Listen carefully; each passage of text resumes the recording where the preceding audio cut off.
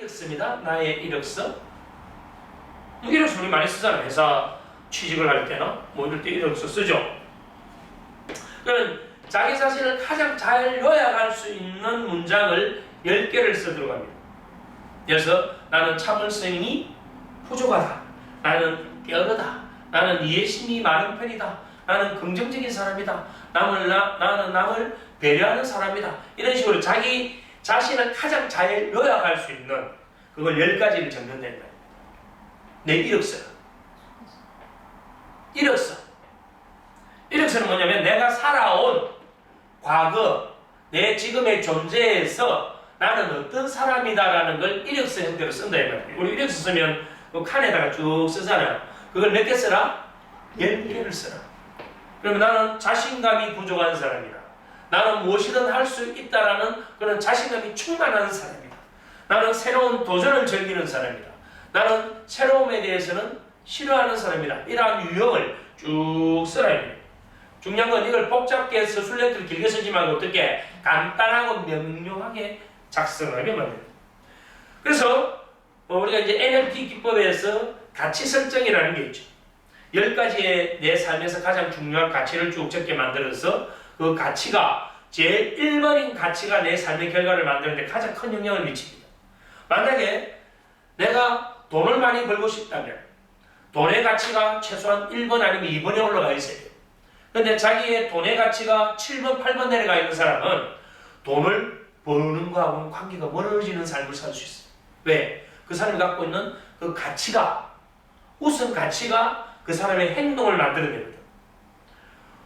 돈만 주면 무엇이든 할 수 있다는 사람은 돈의 가치가 몇 번입니까? 1번이다 이 말입니다. 그 우선순위에 따라서 우리는 행동을 하거든. 마찬가지로 나의 이력서 중에 그 10가지 중에 내 순위가 가장 중요한 10가지를 해놓고 가장 중요한 걸 1번으로 올려놔보라 이 말입니다. 그러면 그 1번이 난 자신감이 넘치는 사람이야 라고 한다면 그 1번이 가장 중요한 내 삶에 영향을 미치고 있다고 보는 거예요. 그러면 그 10개 중에 긍정적인 건 동글배기를 칩니다. 어중간한 거 잘 모르겠으면 세모로 칩니다. 부정적인 것은 꽃표로 친다 이 말입니다. 그러면 이걸 내가 전체적으로 쭉 빼내고 나서 리스트를 이제 내가 보고 그 다음에 다른 사람에게 동료에게 이걸 보여주는 게 집단이니까 보여주고 나에 대해서 가장 잘 묘사한 거 2개를 그 사람에게 선택을 하라고.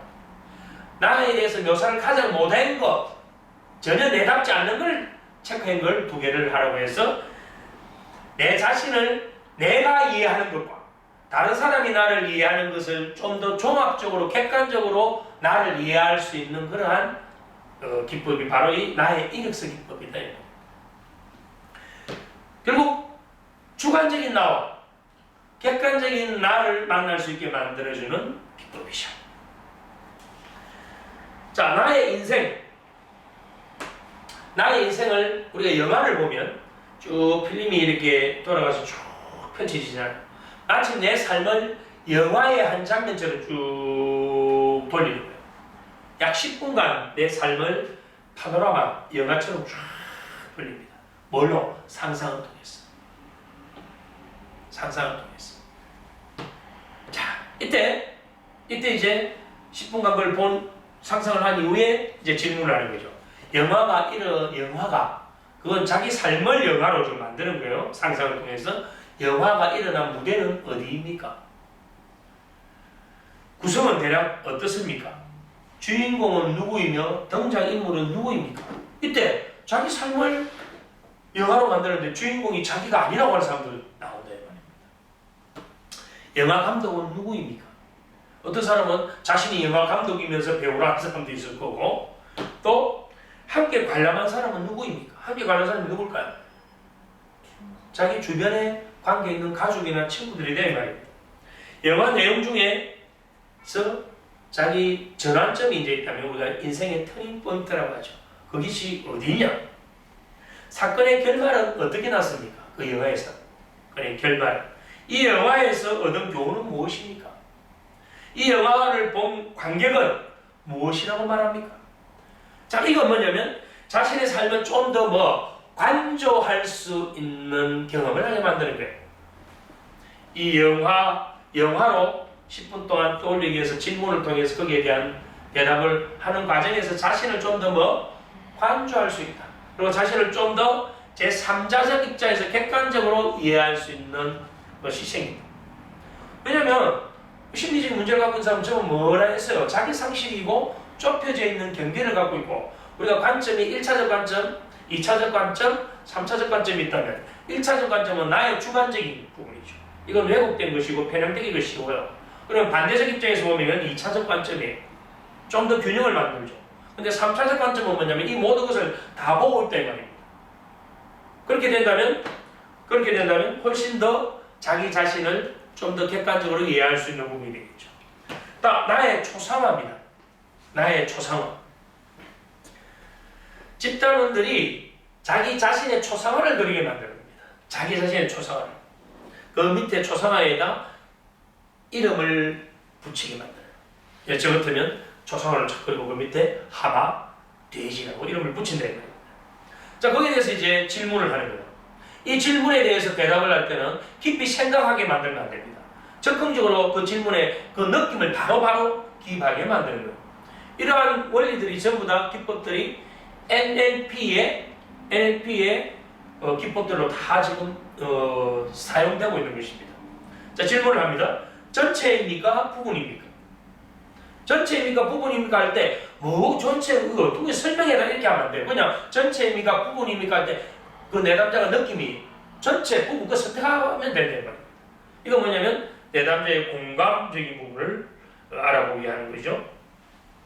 자, 선명합니까? 어둡습니까? 아니면 혼란스럽습니까? 몸의 일부입니까? 전체입니까? 옷을 입었나요? 누드인가요? 어떤 색깔이 지배적인가요?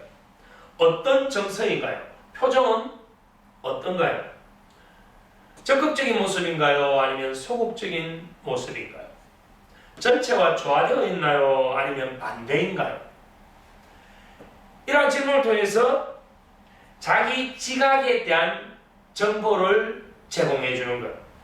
그러면 이건 드러나 있는 것이 아니고 내가 이것에 대한 질문을 통해서 뭔가를 얻었다면 내 감각 양식을 이루고 있는 밑에 있는 걸 알아볼 수 있다는 거예요. 그게 뭘까요? 밑에 있는 양식, 하위 양식에 대한 부분을 알 수 있는 거죠. 다음 최고와 최악의 순간입니다.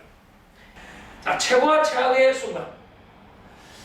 당신의 인생에서 가장 행복했던 사건 5가지를 적어보세요. 당신의 인생에서 가장 행복했던 순간 5가지를 적어보세요. 자, 그러면 자기가 5가지를 적고 있는 그 순간만큼은 자신의 행복한 순간으로 간다 이 말이에요. 그 행복한 순간은 누구에 의해서, 어떤 원인에 의해서 만들어졌나요? 라고 질문하는 거예요. 당신의 인생에서 가장 나빴던 순간, 그 나빴던 사건 5가지를 써보세요. 아까와는 정반대죠. 그러면 몇 가지가 됐나요? 5가지. 10가지가 됐죠. 이 10가지의 경험에 대해서 1점에서 10점까지 점수를 매기세요. 내가 만약에 아주 불행했다면 몇 점일까요? 1점. 내가 아주 행복했다면 10점. 그 점수를 매기라 이 말입니다. 무슨 말인지 이해가 되나요?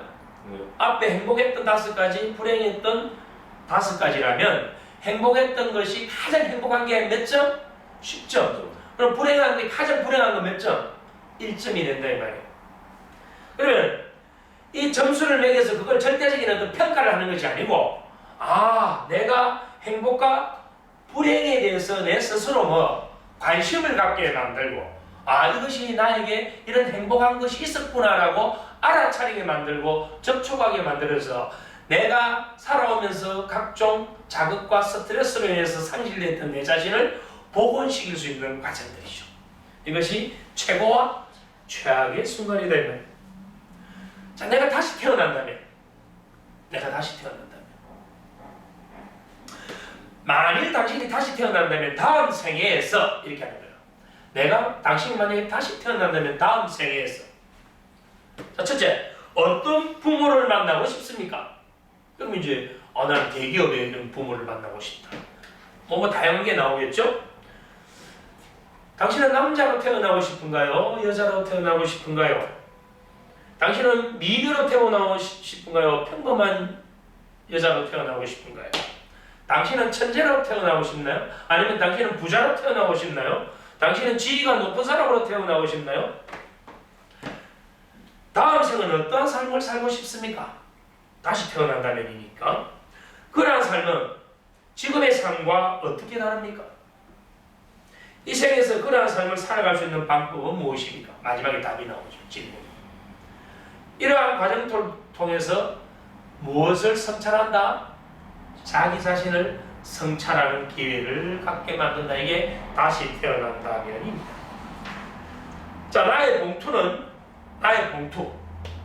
봉투. 모든 집단원에게 봉투 하나와 흰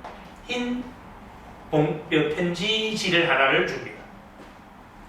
자, 봉투 바깥에는 타인에게 잘 알려져 있는 자신의 성격 4가지를 씁니다.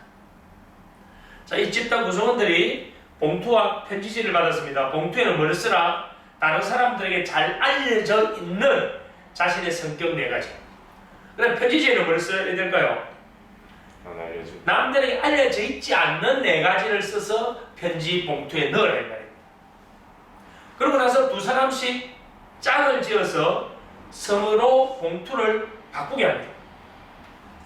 그리고 제일 먼저 겉면에 쓰여져 있는 것을 서로 읽고 토론을 합니다. 이건 서로에게 잘 알려져 있는 부분들이죠. 그 다음에 이제 뭘 해야 될까요?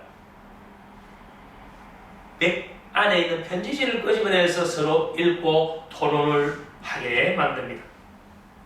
이거 뭐냐면 서로에게 우리는 살아가면서 타인에게 그런 지나친 관심을 많이 안 갖게 되죠.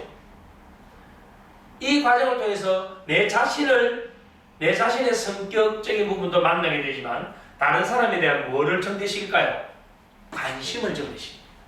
다른 사람의 관심을 정대시킨다는 것은 그 사람들과 무엇을 형성할 수 있나요? 라포를 형성하는 데 도움이 되는 것이 바로 나의 봉투 기법입니다.